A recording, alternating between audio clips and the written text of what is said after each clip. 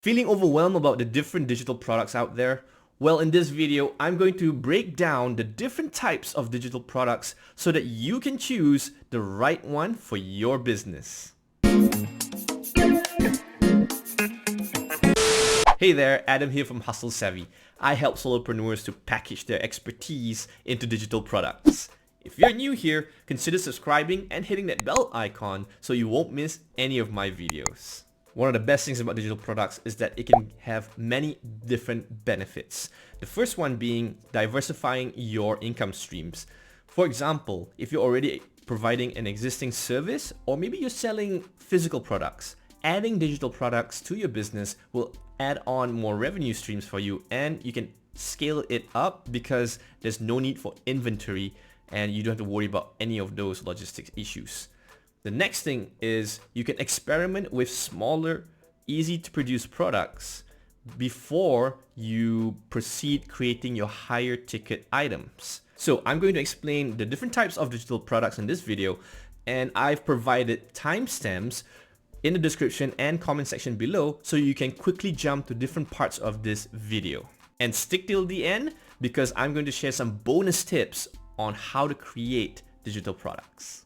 The first type of digital product we go through is document templates. Basically, you're going to help people achieve something in a shorter amount of time. This focuses more on writing skills, and we're talking more about text-based documents. For example, you can create resume templates, you can create copywriting templates, or even email templates.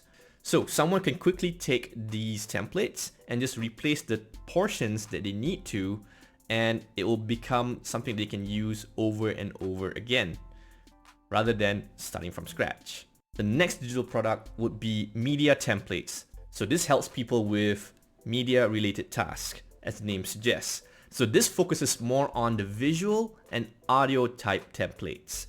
An example for this would be stock photos. Another example will be video effects, and you can go on further with other graphical things like fonts and Photoshop files.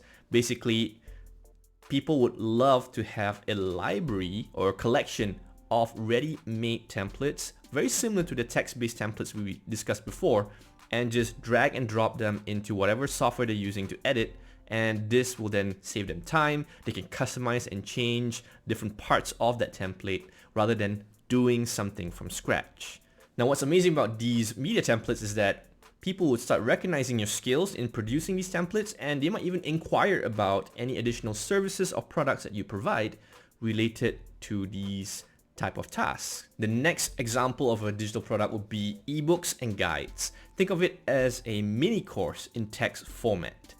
It can just be a shorter amount of pages. It doesn't have to be 100 pages, right? It's all about helping someone achieve a particular transformation and getting results after consuming this ebook. Too much will be too overwhelming, and maybe it should just be an online course instead where the format will be much more rich. Some examples that will make great ebooks is usually a compilation of things. For example, maybe you have a recipe book if you're doing baking or cooking channels. You can also have a yoga post books if you're doing fitness. You can also have a quick start guide on web design and email marketing. The sky's the limit here, and it's all about teaching something in a short period of time. In fact, if you're interested in ebooks, check out these videos right here on how to create and sell ebooks. Link also will be in the description below. Next, we have printables. These are quick access to assist in other activities. So they're quick access because you can print them, you can view them as PDFs or JPEG or PNG and any other graphical format on a computer screen. But what makes them great is they accompany the particular customer in their other activities. So some great examples would be calendars and planners. So think about social media calendars or content calendars. You can also have workout routines all mapped out in a planner or a calendar, maybe health prep and meal preps. You can also have checklists that'll be easy for someone to refer to as they're doing something else, and they can just check off the list. You can even create maybe printables for kids drawings, and then parents can print them out and color them together with their kids It's also great that there are marketplaces for these different types of printables as well, Etsy being a popular one, but you can also sell them directly via your own website. Paid newsletters. It sounds crazy, but this is not a new concept. It's just that recently now it's picking up. So paid newsletters focuses on delivering high quality, well curated and well written emails and charging a monthly fee for them. It focuses on going deep into a particular subject, and of course you require a lot of writing skills to pull this off. Some examples would be for personal development, maybe on social media trends. You can compile reports from the industry if you're deep into the industry. You can also share best practices, and if you're someone who is doing something that's unique, you can also document your process as you learn new things. Who would thought you'd pay for emails, huh? Online courses. When we talk about digital products, we should not exclude these guys out. So these can come in different formats, and on top of that, it can also come in multi-format. So it's not just pure video and pure audio. It can also be text. It can also be in the form of downloadable workbooks, worksheets, Excel spreadsheets maybe, and templates to accompany the student to go through a specific transformation. So think about it similar to that ebook that we discussed earlier, but at a much bigger scale and for much deeper focused sort of upgrade in your skills. So you have to look deep into your own experiences and your skill sets, find something you're passionate about as well, and then find a way to package this into an online course.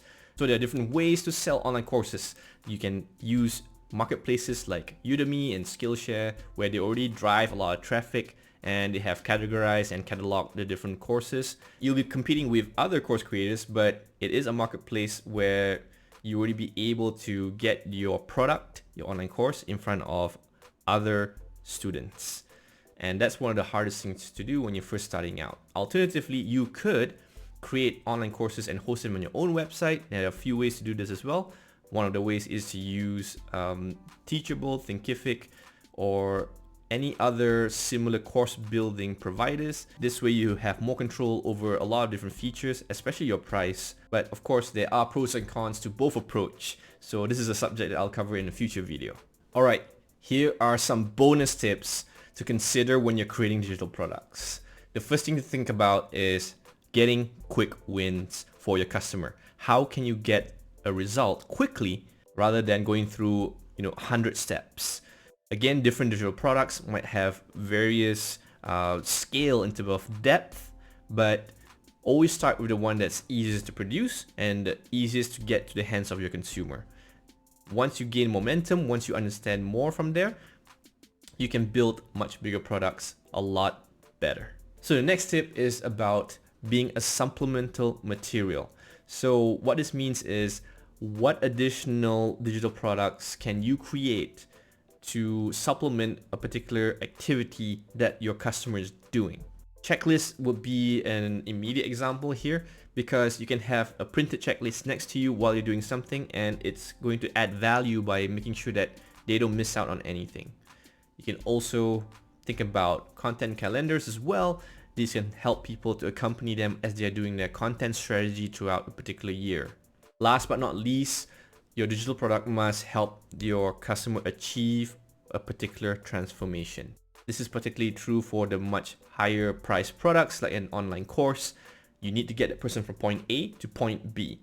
And understanding the deeper discussions around this, the deeper struggles, is important, and a lot of research should be put before you do this. So, what's the number one struggle that you face when creating and selling digital products? Let me know in the comment section below. Also, check out my free workshop on how to create and sell digital products. Link in the description below. Check out this other video right here if you want to learn more about how to create ebooks and sell them without a website. Thanks for watching. Do hit like and subscribe if you haven't already, and I'll see you in the next video.